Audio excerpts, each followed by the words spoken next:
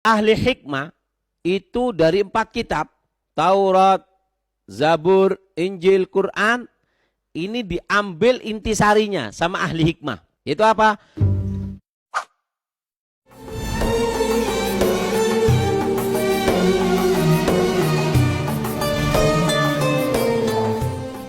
Wa kutubihi, dan beriman kepada kitab-kitabnya Allah. Wa kutubihi ay kalamullah al-azali al-qadim. Itu adalah kalamullah. Kitab-kitab yang diturunkan itu adalah kalamullah. Jumlahnya berapa?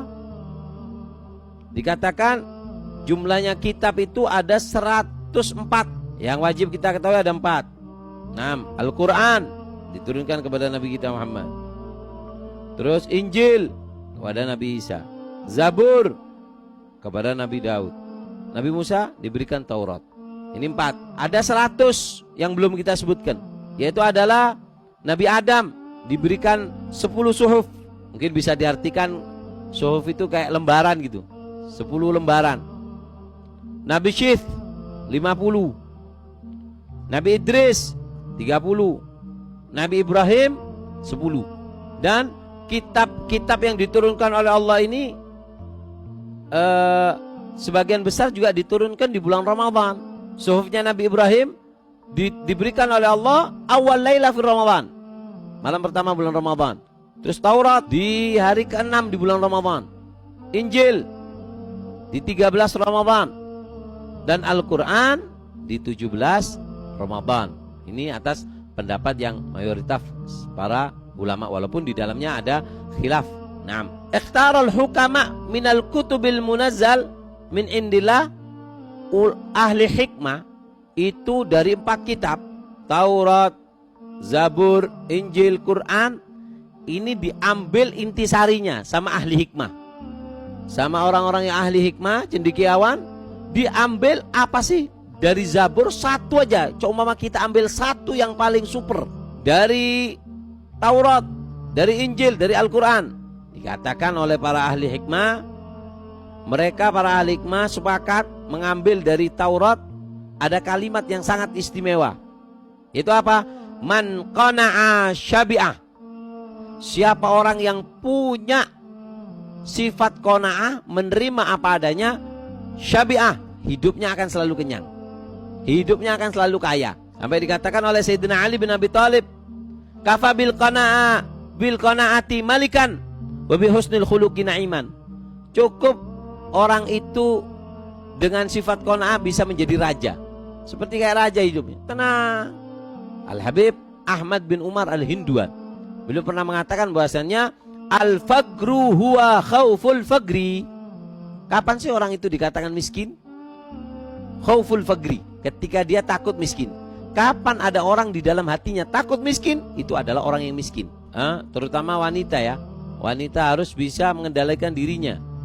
Gak apa-apa orang perempuan itu punya emas, punya ini, gak ada masalah selagi di situ yang mubah.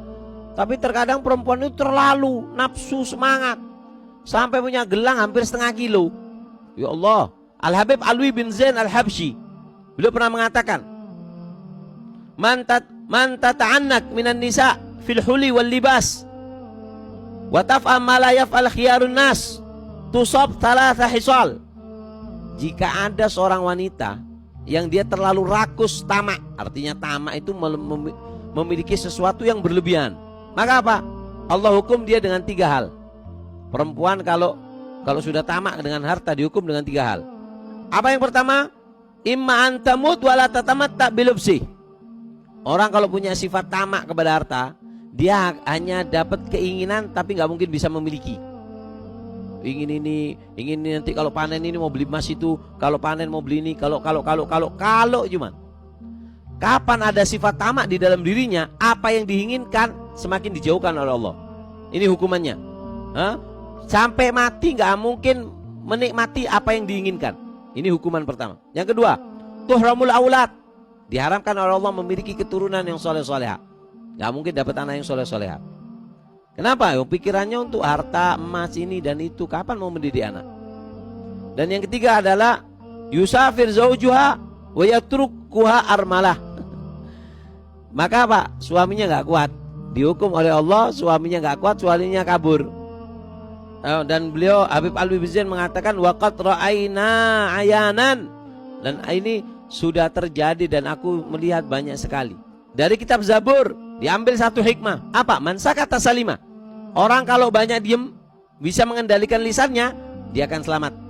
Sampai dikatakan bahwasanya jika kamu ngelihat hati kamu kok mulai kotor, badan kamu mulai sakit-sakitan, rezeki kamu mulai seret, ketahuilah yang membuat hati kamu gelap itu adalah apa? Karena kamu sering berbicara perkara yang bukan urusan kamu.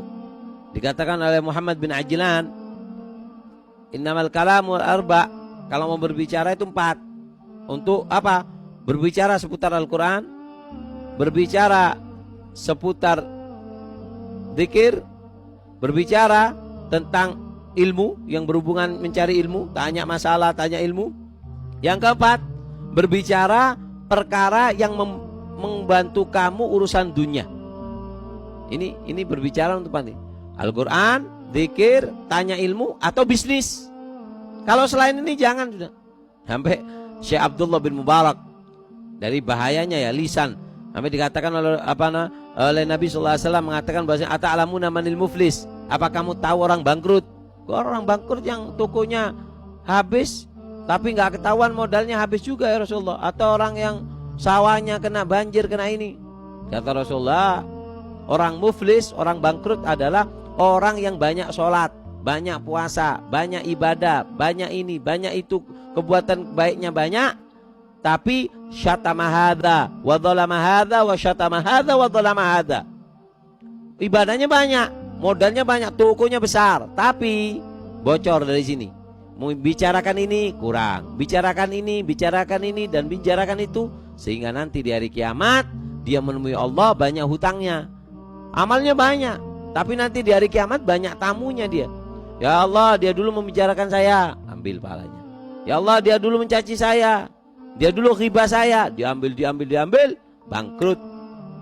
Bukan gak punya modal, banyak modalnya, habis. Kenapa?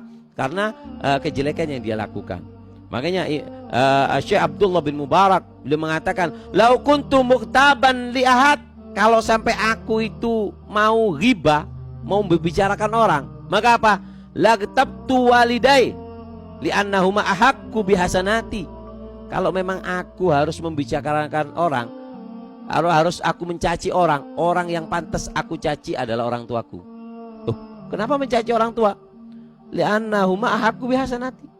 Aku membicarakan tetanggaku, pahalaku, sholatku 70 yang diterima diambil tetanggaku. Eman, daripada itu mending sholatku aku berikan ke ibuku, mending aku omongi ibuku, mending aku membicarakan ayahku. Kenapa? Karena mereka berdua lebih berhak mendapatkan kebaikanku daripada kebaikanku, amal ibadahku aku berikan kepada orang lain.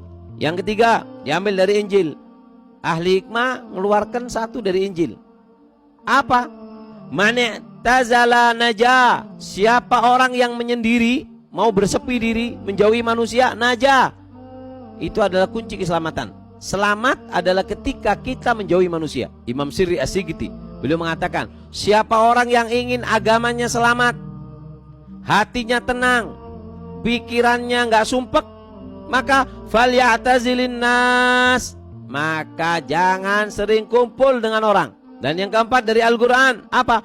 Wa may ya'tasim billah faqad hudiya ila siratim mustaqim.